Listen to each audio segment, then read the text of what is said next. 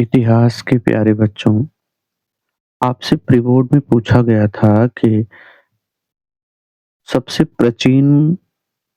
प्राचीन कृत्रिम गुफाएँ कौन-सी हैं? और शायद आपको एलोरा और अजंता बताया गया था। इस एलोरा और अजंता के लिए आपका दूसरा वीडियो बनाया गया था, लेकिन वहाँ पे गलत लिख दिया गया था। तो वास्तव में यहाँ क्या होगा? यहाँ पे होगा अ, आपका मौर्य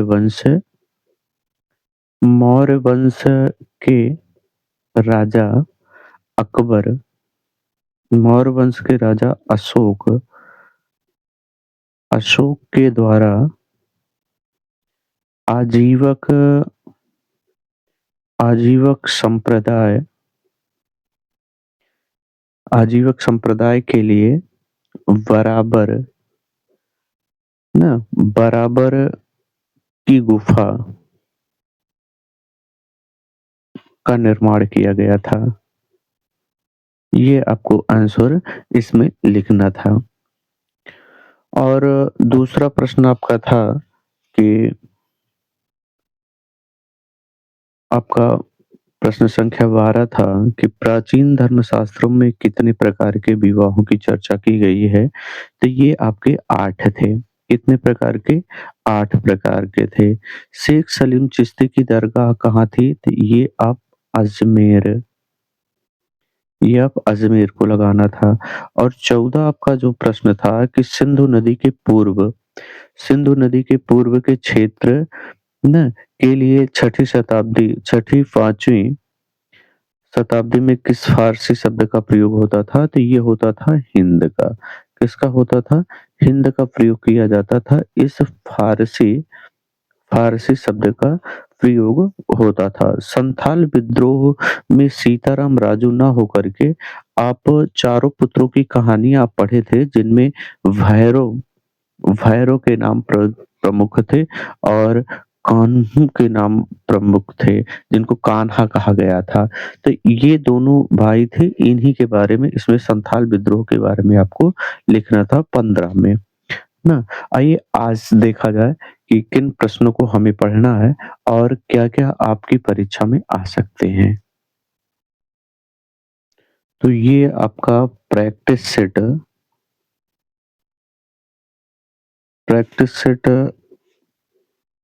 आपका चौथा है और इस चौथे में ये देखा जाए कि आपके कौन से प्रश्न आएँगे। इनमें आपके विकल्प के प्रश्न विकल्प के प्रश्न, मानचित्र के प्रश्न तथा इनके साथ-साथ टाइम लाइन के प्रश्न को हल किया जाए और ये देखा जाए कि आपके लिए कौन-कौन से प्रश्न आ सकते हैं। विकल्प के प्रश्नों का कहा जाए तो इनमें 10 प्रश्न आपके होते हैं, वहीं मानचित्र के 5 प्रश्न आपके होते हैं। यदि आप सही लिखते हैं, सही लिखने पे 5 अंक मिलते हैं और यदि आप सही दर्शाते हैं, तब आपके 5 अंक मिलते हैं। इस प्रकार इनकी संख्या हो जाती है 10 और टाइमलाइन में यदि कहा जाए तो 10 आपके प्रश्न दिए जाते हैं, जैसे आपके उसमें प्री बोर्ड में आपको मिला था और प्री बोर्ड में आपके कई प्रश्न थे।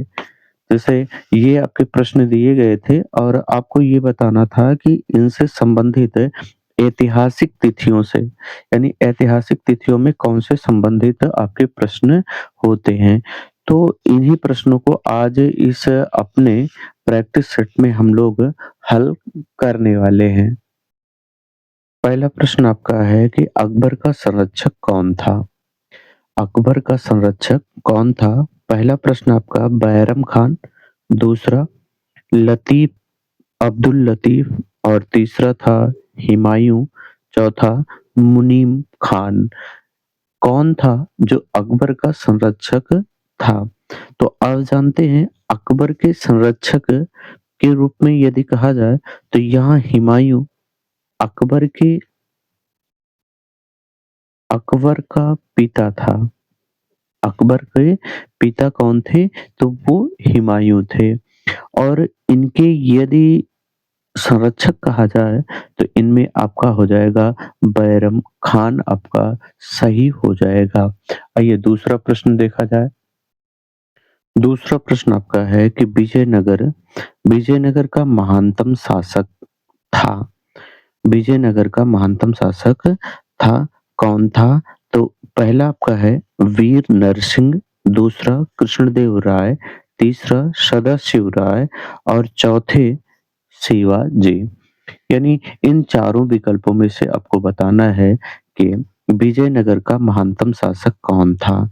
वीर नरसिंह थे, कृष्णदेव राय थे, सदाशिव राय थे या शिवाजी थे? तो यहाँ आपका विकल्प सही हो जाएगा कृष्णदेव राय, ये महानतम सम्राट थे। इन्हीं के यदि कहा जाए कि इनका दरबारी कवि तो आप नाम सुने हैं तेलानी राम का। अगला प्रश्न आपका है कि जय जवान जय किसान का नारा किसने दिया? जय जवान जय किसान का नारा किसने दिया? पहला महात्मा गांधी, दूसरा बाल गंगाधर तिलक, तीसरा लाल बहादुर शास्त्री और चौथे डॉक्टर भीमराव अंबेडकर। यानी कौन थे जिन्होंने जय जवान जय किसान का नारा दिया? तो यहाँ आपके सही हो जाएंगे कौन? लाल बहादुर शास्त्री। लेकिन यदि आपसे कभी पूछ लिया गया कि जय जवान जय जवान जय किसान जय विज्ञान का नारा किसने दिया? का नारा किसने दिया? तब आपको लिखना चाहिए अटल बिहारी वाज वाजपेयी ने दिया था। जय जवान जय किसान और जय विज्ञान का नारा अटल बिहारी वाजपेयी ने दिया था। आइए चौथा प्रश्न देखा जाए जो आपके लिए है। चौथा प्रश्न आपका है कि आलू बर्नी किसके साथ भारत आया था? आलू बर्नी किसके साथ भारत आया था? मोहम्मद गोरी के साथ, बाबर के साथ या फिर मोहम्मद गजनबी के साथ या फिर बलबन के साथ वह आया हुआ था। तो यदि इस प्रश्न का आंसर कहा जाए कि अलवर्णी किसके साथ आया था, तो अलवर्णी आया था गजनी के साथ, मोहम्मद महमूद गजनबी के साथ ना।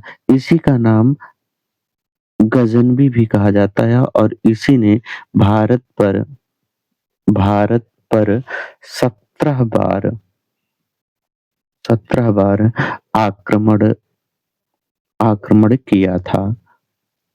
वैसे यदि कभी आपसे पूछा जाए कि इसका प्रसिद्ध आक्रमण कब था? प्रसिद्ध आक्रमण कब था? तो इसने अपना प्रसिद्ध आक्रमण 1025 ईस्वी में सोमनाथ मंदिर सोमनाथ मंदिर पर किया था। कब किया था? 1025 में। और इसका अंतिम अंतिम आक्रमण कब था? तो 10,027 में अंतिम आक्रमण अंतिम आक्रमण किया था। आइए अगला प्रश्न देखा जाए। आपका अगला प्रश्न है कि चौथा गोलमेज सम्मेलन गोलमेज ये चौथा नहीं पांचवा आपका है। गोलमेज सम्मेलन के समय इंग्लैंड का प्रधानमंत्री कौन था? यानी गोलमेज सम्मेलन के समय इंग्लैंड के प्रधानमंत्री कौन थे? चर्चिल थे, मैकडोनाल्ड थे या चेम्बरलेन थे या फिर इरविन थे? इनमें से ऐसे कौन है जो गोलमेज सम्मेलन आपका 1930 में पहला और 1931 में दूसरा तथा 1932 में आपका तीसरा गोलमेज सम्मेलन हुआ था?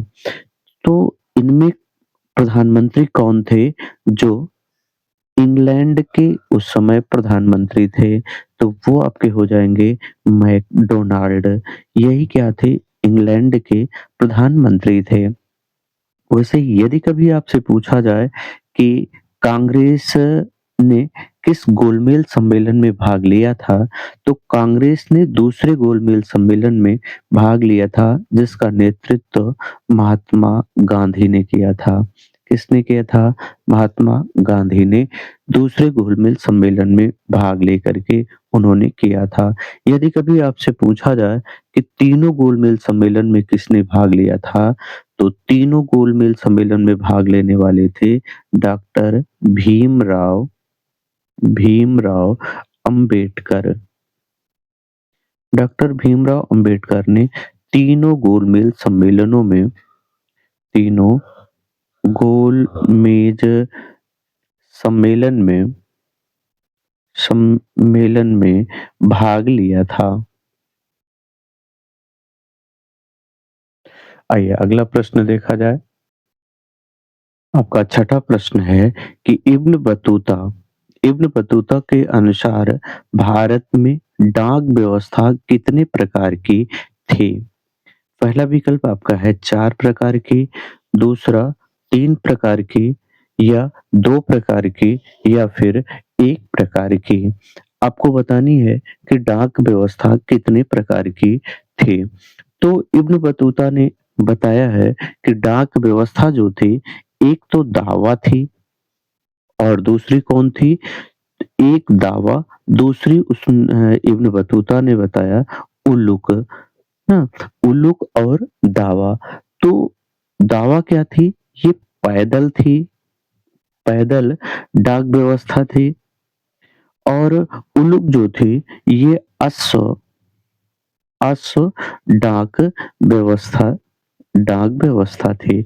तो इस प्रकार से आपका विकल्प सही हो जाएगा तीसरा, यानी 2 प्रकार की डाक व्यवस्था होती थी। कितने प्रकार की?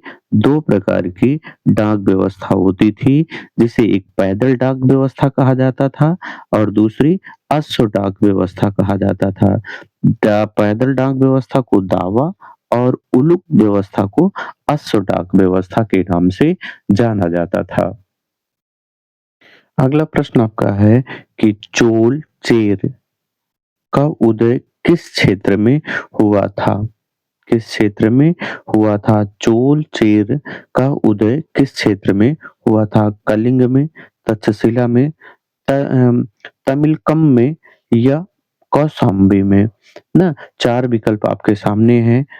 तो ये कहाँ हुआ था? तमिलकम में। कहाँ हुआ था? तमिलकम में। वैसे मानचित्र में यदि कहा जाए तो ये यदि आप देखे हों जो आप बी बनाते हैं ऐसे, तो यहीं पे क्या हुआ था? यहीं पे चोल, चेर और पांड्य चोल, चेर और पांड्य राज्यों का उदय हुआ था। इसी को क्या कहा गया है? तमिल तमिलकम तमिलकम राज्यों में हुआ था, तमिलकम क्षेत्रों में हुआ था। कहाँ? क्षेत्रों में हुआ था। किसका उदय हुआ था? तो चोल, चेर और पांड्य राज्यों का उदय हुआ था। आइए 8वां प्रश्न देखा जाए। अगला प्रश्न आपका है 8वां, साइमन कमीशन में किसकी मृत्यु हुई थी? साइमन कमीशन में किसकी मृत्यु हुई थी? आपका विकल्प है महात्मा गांधी की, लाला लाजपत राय की, या फिर अंबेडकर की, जवाहरलाल नेहरू की। तो यहाँ आपका सही हो जाएगा साइमन कमीशन के द्वारा मृत्यु हुई थी लाला लाजपत राय की। साइमन यदि कभी पूछा जाए कि साइमन कमीशन कब आया था, तो आपको लिखना चाहिए 1928 ईस्वी में साइमन कमीशन भारत आया था। अगला प्रश्न आपका है कि सोने के सिक्के जारी करने वाला वंश था, यानी सोने का सिक्का जारी करने वाला वंश कौन सा था? पहला विकल्प आपका है गुप्त वंश, दूसरा कुषाण वंश, तीसरा मुगल वंश और चौथा मौर्य वंश।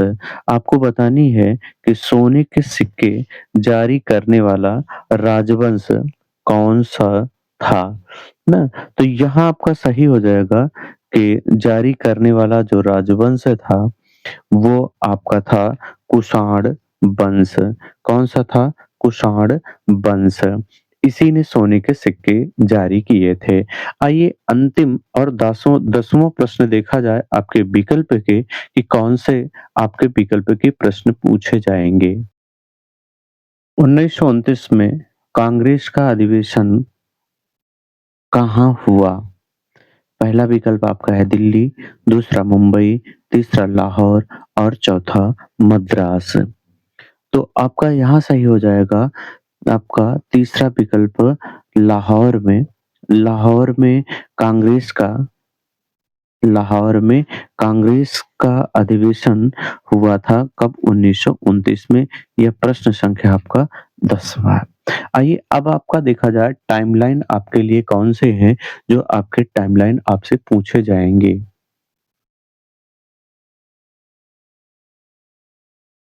टाइमलाइन का पहला प्रश्न आपका है 321 ईसा पूर्व। तो 321 ईसा पूर्व में आपको बतानी है क्या हुआ था? तो ये हुआ था मौर्य वंश मौर्य वंश की स्थापना। क्या हुई थी? मौर्य वंश की स्थापना, ना? यदि आपसे मान लीजिए ये आपको याद नहीं रहता तो आपको लिखनी है कि चंद्रगुप्त मौर्य गद्दी पर बैठे थे। दूसरा प्रश्न है 78 ईस्वी। 78 ईस्वी में क्या हुआ था? शक संवत की स्थापना हुई थी। किसकी हुई थी? शक संवत की स्थापना हुई थी। और फिर अगला है 712। तो यहाँ आपको लिखना है कि मोहम्मद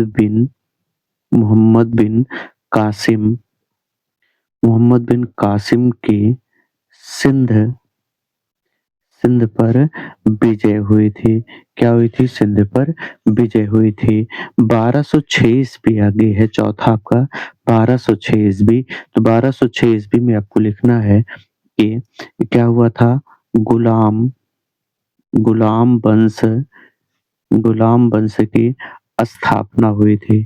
प्यारे बच्चों इतिहास से ही संबंधित आपको लिखनी है, उसी से संबंधित करके ही आपको इसमें टाइमलाइन में आपको लिखनी होती है। आपका अगला है 5वां आपका है 1347 ईस्वी। तो क्या हुआ था? बहमनी साम्राज्य की स्थापना, ना? बहमनी साम्राज्य की स्थापना हुई थी। अगला है 1510 छठा। तो 1510 में क्या हुआ था? गोवा गोवा पर पुर्तगालियों पुर्तगालियों की विजय हुई थी। क्या हुई थी? पुर्तगालियों की विजय हुई थी। यहाँ हम एक भी यदि आप चाहें तो एक छोड़ दें, तो यदि आप छोड़ते हैं तो आपके अंक ही कम होने वाले हैं, इसलिए हमें छोड़ना नहीं है, ना? आइए तो अगला आपका प्रश्न है कितना? 1526। 7वां आपका है 1526 में क्या हुआ था? तो पानीपत का प्रथम पानीपत का प्रथम युद्ध हुआ था। और यह पानीपत का प्रथम युद्ध यहाँ हुआ था। यदि कभी आपसे पूछा जाए कि दूसरा कब हुआ था, तब आपको कहनी है 1556 में। और यदि आपसे तीसरी कभी पूछी जाए तो 1761 ईस्वी में तीसरी हुई थी। ये आपको बता देनी है। आपका 8वां है 1986। क्या है? 1986। तो 1986 में क्या हुआ था? तिरपन 53वां संविधान संशोधन। क्या हुआ था? 53वां संविधान संशोधन हुआ था। और 9वां आपका है 1856। क्या हुआ था? 1856 में विधवा विधवा पुनर्विवाह अधिनियम लागू किया गया था, ना? विधवा पुनर्विवाह अधिनियम लागू किया गया था और 1935 में क्या हुआ था? भारतीय ना क्या हुआ था? भारत सरकार अधिनियम 1935 ना 1935 लागू हुआ था। क्या हुआ था? लागू हुआ था। अब रही मानचित्र की बात कि मानचित्र में आपसे क्या पूछा जाता है, तो आइए मानचित्र को देख लिया जाए कि क्या-क्या आपके प्रश्न में आता है और कैसे आपको हल करनी होती है। पहला प्रश्न आपका है कि वह स्थान जहाँ जुते हुए खेत के साक्ष्य प्राप्त हुए थे, किसका? जुते हुए खेत के साक्ष्य मिले थे। तो कहाँ से मिला था? कालीबंगन से। कहाँ से मिला था? कालीबंगन से। कहाँ आप दर्शाएँगे? राजस्थान। राजस्थान के आस आस-पास का क्षेत्र राजस्थान के आस-पास के क्षेत्र को आपको लगाना होगा। दूसरा प्रश्न आपका है अगला प्रश्न आपका है कि वह स्थान जहाँ चंद्रगुप्त मौर्य की राजधानी थी, तो चंद्रगुप्त मौर्य की राजधानी कहाँ थी? पाटलिपुत्र। पाटलिपुत्र आप कहाँ दिखाएँगे? जिसे आज आप क्या कहते हैं? पटना और पटना कहाँ है? बिहार। तो इसी पटना में ही